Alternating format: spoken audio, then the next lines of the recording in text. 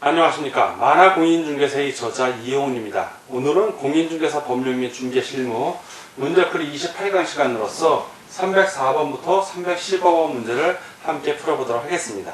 자, 지금부터 304번 문제 시작하겠습니다.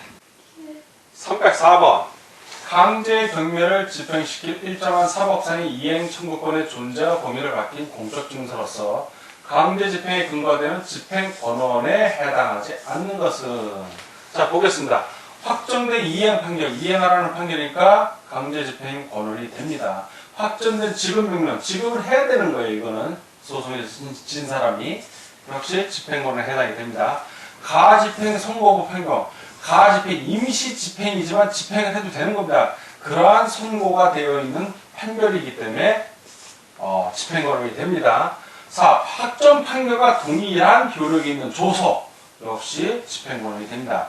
가등기 담보권, 이거는 그냥 가등기 담보권은 담보 물건일 뿐입니다. 집행 확정된 강제 집행할 수 있는 집행권은 아니고, 담보권을 실행할 수 있는 때가 됐을 때, 즉 채권의 변제기에 채무자가 채권을 변제하지 않으면 그때는 임의경매를 신청할 수 있는 거지 강제 집행에 근거가 되는 건 아닙니다. X 다 오고 하나만 X 해당하지 않는 걸 구하는 거니까 304번은 5번이 정답이 되겠습니다. 305번 매수신청 대리인 등록을 한 개업공인중개사가 매수신청 대리를 할 수 없는 대상물은, 할 수 있는 거를 알면 되겠죠. 토건 입감 공입니다. 그 외의 거는 못합니다. 1. 토지 할 수 있습니다. 2. 건물 그 밖에 토지의 정착물 할 수 있고요. 3. 자동차 해당 없고요. 4. 광업재단 할 수 있고요. 5. 공장재단 할 수 있습니다. 다 오고 하나만 X 없는 대상물이니까 305번은 3번이 정답이 되겠습니다. 다음 문제를 보겠습니다. 306번 개업공인중개사의 매수신청 대리 행위에 대한 설명 중 틀린 것은, 1. 개업공인중개사가 중개보수를 받은 경우에는 예규에서 정한 양식의 영수증을 작성하여 서명 날인한 후 교부하여야 한다. 맞습니다. 2. 개업공인중개사는 매수신청 대리 시 예규에서 정한 중개보수표의 범위 안에서 소정의 중개보수를 받는다. 맞습니다. 3. 이의 경우 중개보수 이외의 명목으로 보수를 받거나 예규에서 정한 중개보수 이상을 받아서는 안 된다. 맞습니다. 4. 개업공인중개사가 위임계약을 체결한 경우 확인 설명사항을 서면으로 작성하여 서명 날인한 후 위임인에게 교부하여야 한다. 맞습니다. 5. 4의 경우 확인 설명한 서면을 사건 카드에 철하여 3년간 보존하여야 한다. 틀렸죠? 3년간이 아니라 5년간입니다. 5년간. 그래서 X 다 오고 하나만 X 틀린 것을 고르니까 306번은 5번이 정답이 되겠습니다. 다음 문제를 보겠습니다. 307번 유효한 명의신탁에 관한 중개업자의 설명 중 틀린 것은, 1. 배우자 명의로 부동산에 관한 물건을 등기한 경우로서 조세포탈, 강제집행의 면탈 또는 법령상의 제한의 회피를 목적으로 하지 않는, 즉 조세포탈도 목적으로 하지 않고 강제집행, 면탈도 목적으로 하지 않고 법령상 제한의 회피를 목적으로 하지 않는 명의신탁은 유효하다. 맞습니다. 두 번째, 명의신탁자는 대내적으로 명의수탁자에 대해 실질적인 소유권을 주장할 수 있다. 그렇죠. 둘 사이에서는 명의신탁이 무효니까 주장할 수 있습니다. 3번 명의신탁자의 점유는 권원의 객관적 선치장 타주 점유에 해당하므로 명의수탁자 또는 그 상속인은 소유권의 점유 취득시효를 주장할 수 없다. 맞습니다. 4번 명의수탁자로부터 신탁재산을 매수한 제3자가 명의수탁자의 배임 행위에 적극적으로 가담한 경우, 악의 플러스 적극적 가담인 경우입니다. 대외적으로 명의수탁자와 제3자 사이의 매매계약은 무효입니다. 무효. 반사회 질서 위반 행위로서 무효입니다. 유효가 아니라. X. 5. 명의신탁자는 명의신탁 계약을 해지하고 명의수탁자에게 신탁재산의 반환을 청구할 수 있다. 자, 청구할 수 있다가 아니라 청구할 수 없죠. 명의신탁 자체가 무효이기 때문에 해지할 수가 없습니다. 없답니다. 없다. 옛날에는 있을 수 있었어요. 왜냐하면 부동산 실거래자 명의 등기에 관한 법률이 나오기 전에 이게 있다. 이게 정답이었는데 지금은 없답니다. 예. 그래서 이건 X. 답이 두 개인데, 이 출제자의 의도는 지금 18에 제가 응용해서 문제를 내야 되는데, 이걸 없다라고 해줘야 되는데, 있다가 됐기 때문에 답이 두 개가 됐습니다. 근데 5번 같은 경우에는, 명의신탁자가 그럼 어떻게 그럼 해결을 하냐? 그러면, 진정 명의 회복을 통해서 가져올 수밖에 없는 겁니다. 자, 명의신탁 자체는 계약이 아니라 이제 무효이기 때문에 해지할 수가 없다는 거 기억해 주시 바라고, 307번은 일단 제일 중요한 답은 명의수탁의 경우에 제3자가 수탁자에게 배매행에 적극 가담해서 매매한 경우에 그게 절대적 무효라는 걸 꼭 기억해 주시기 바랍니다. 307번은 4번과 5번이 모두 답이 될 수 있습니다. 다음 308번 문제를 같이 보도록 하겠습니다. 308번 부동산 실거래자 명의 등기에 관한 법률 시행 이후에 명의 신탁에 관한 설명 중 틀린 것은 1. 사실혼 관계에 있는 자 사이에 명의 신탁 약정은 무효이다. 맞습니다. 명의 신탁 약정 무효 맞습니다. 사실혼은. 2번 명의 신탁자와 수탁자의 혼인으로 등기 명의자가 법률상 배우자가 된 경우, 이런 경우에는 명의 신탁 약정이 유효가 될 수도 있습니다. 위협한 목적이 없는 한 명의 신탁 약정은 약정시에 소급할 유효로 된다. 약정시로 소급하지는 않고 결혼한 때부터, 이때부터 유효가 되는 겁니다. 틀렸죠? 3. 명의신탁자는 무효인 명의신탁 약정의 해지를 원인으로 소유권 이전 등기를 청구할 수는 없다. 맞습니다. 4. 명의신탁 약정 그 자체는 선량한 풍속, 기타 사회질서에 위반하는 행위로 볼 수 없다. 그렇죠. 그 자체 갖고는 뭐 이렇게 볼 수는 없습니다. 자, 법률상 무효로 하는 거지. 자, 맞습니다. 5. 갑, 신탁자와 친구, 을, 수탁자, 명의신탁 약정을 하고 을이 직접 매수인으로서 선의의 병으로부터 부동산을 매수한 경우, 자, 갑은 을에게 부당이득으로 그 부동산 자체의 반환을 청구할 수 없다. 왜? 매매계약 자체가 유효하기 때문에 그렇습니다. 맞습니다. 다 보고 하나만 X. 자, 틀린 것을 구하니까 308번은 2번이 정답이 되겠습니다. 그럼 309번 문제를 같이 보도록 하겠습니다. 309번. 부동산 실거래자 명의 등기에 관한 법률의 적용 대상이 되는 명의신탁 약정에 해당하는 것은, 자, 명의신탁 약정 1번 부부 일방이 부동산을 구입하면서 배우자 명의로 등기하는 경우, 자, 부부 쌍방이 서로 알면서 부동산 구입해갖고 배우자 명의로 할 때는 특별하게 조세 포탈이나 이런 목적 없이 할 때는 이게 명의신탁 약정에 해당되지는 않습니다. 그런데 일방이 부동산을 구입해서 배우자 명의로 하는 것은 이런 경우에는 조세 포탈 또는 조세 포탈을 하려거나 강제 집행 면탈이나 법령상 회피를 목적으로 하는 경우가 되기 때문에 이럴 때는 명의신탁 약정에 해당이 됩니다. 다음 두 번째, 채무의 변제를 담보하기 위해 채권자가 채무자 소유 부동산에 대해 가등기를 받는 경우, 자, 이런 경우는 유효한 명의신탁이 됩니다. 그래서 명의신탁 약정에 해당되지 않고, 3. 부동산의 위치한 면적을 특정하여 2인 이상이 3인도 됩니다. 구분 소유를 하기로 약정을 하고 그 3인이 공유로 등기하는 경우, 자, 이 경우도 명의신탁 약정에 해당되지 않습니다. 유효한 명의신탁이 되는 겁니다. 4. 채무의 변제를 담보하기 위해 채권자가 채무자 소유의 부동산에 대한 소유권 이전 등기를 받는 경우, 담보 등기 생각하시면 됩니다. 양도담보 역시 X. 신탁법에 의한 신탁자산의 사실을 등기하는 경우 역시 명의신탁 약정에 해당되지 않습니다. 다 X고 하나만 O. 309번 1번이 정답이 되겠습니다. 다음 310번 문제를 같이 보도록 하겠습니다. 310번. 2006년 한 X토지의 경매 절차에서 갑이 실질적으로 매수 자금을 부담하지만 친구인 을의 이름으로 매각받기로 명의신탁 약정을 하였고, 그 후 매각 허가 결정에 따라 을은 대금을 완납하고 자신의 명의로 등기를 마쳤다. 옳은 것은 무슨 얘기냐면 갑이 있습니다. 자, 갑이 있어요. 그리고 을도 있어요. 갑과 을 사이에 명의신탁 약정을 맺은 거고, 이 을이 법원으로부터 경매를 받은 겁니다. 이렇게 뒷돈은 갑이 된 거고, 자, 이 사항을 얘기하는 겁니다.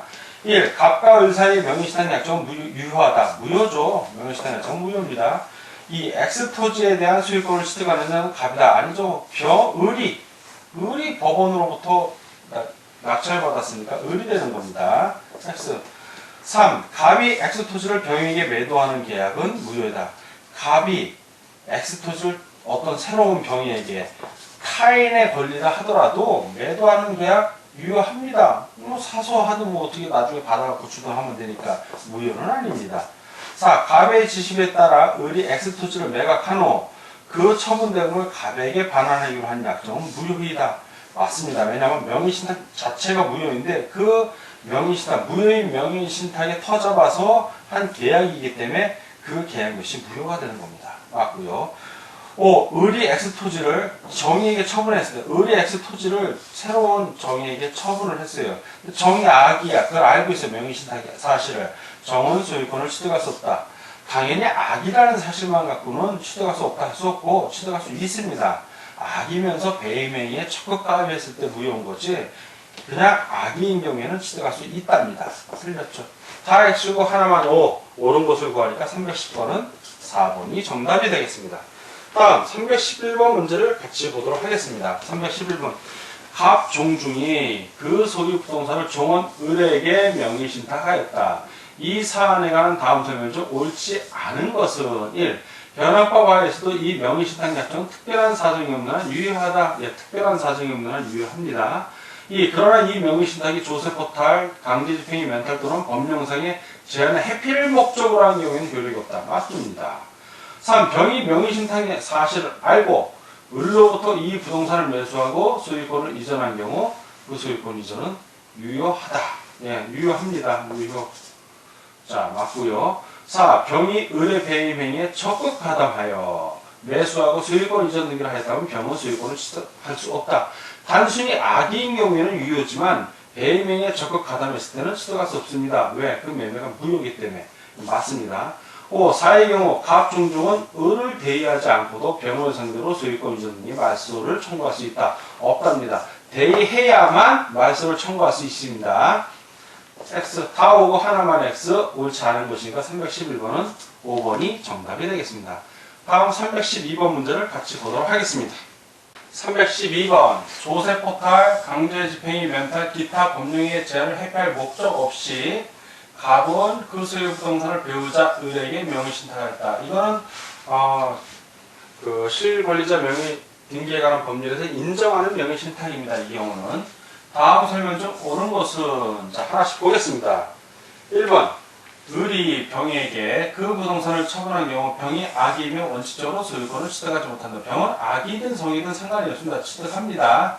자 배임 행위에만 적극 가담하지 않으면 됩니다. 틀렸고요. 2. 제3자가 목적물을 불법 점유하는 경우 갑은 소유권에 의한 방해 배제를 직접 청구할 수 있다. 갑은 명의신탁을 했기 때문에 을은 할 수 있습니다. 그러나 갑은 직접 청구할 수가 없습니다. X고요.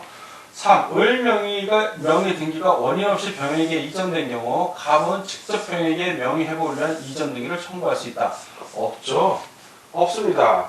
설사 명의신탁 사실이 인정된다 하더라도 신탁자는 제3자에 대하여 진정한 등기 명의 회복을 원인으로 한 소유권 이전 등기를 할 수 없기 때문에 그렇습니다. X 4. 갑의 일반 채권자 병이 갑을 대위하여 명의신탁을 해지한 경우 왜 이 경우에는 일반 명의신탁은 무효이기 때문에 해지할 수 없지만 이건 조세포탈 뭐 이런 걸 회피할 목적이 없이 갑이 배우자에게 명의신탁한 거기 때문에 이 경우는 인정이 되는 명의신탁이라 해지가 가능한 겁니다. 오해하지 않기 바랍니다. 갑은 을 명의의 등기 말소를 청구할 수 있다. 대위에서 청구할 수 있는 겁니다. 맞습니다. 5번 갑이 명의신탁을 해지하면 당연히 소유권이 갑에게 복귀하므로 여기까지 맞아요. 명의가 회복되기 전에 을이 병에게 부동산을 처분한 경우 갑은 병에게 소유권을 주장할 수 있다. 없죠. 회복되기 전에 병에게 처분을 했으니까 병의 겁니다. 그래서 틀렸습니다. 다 X고 하나만 O 옳은 것이니까 312번은 4번이 정답이 되겠습니다. 다음 313번 문제를 보겠습니다.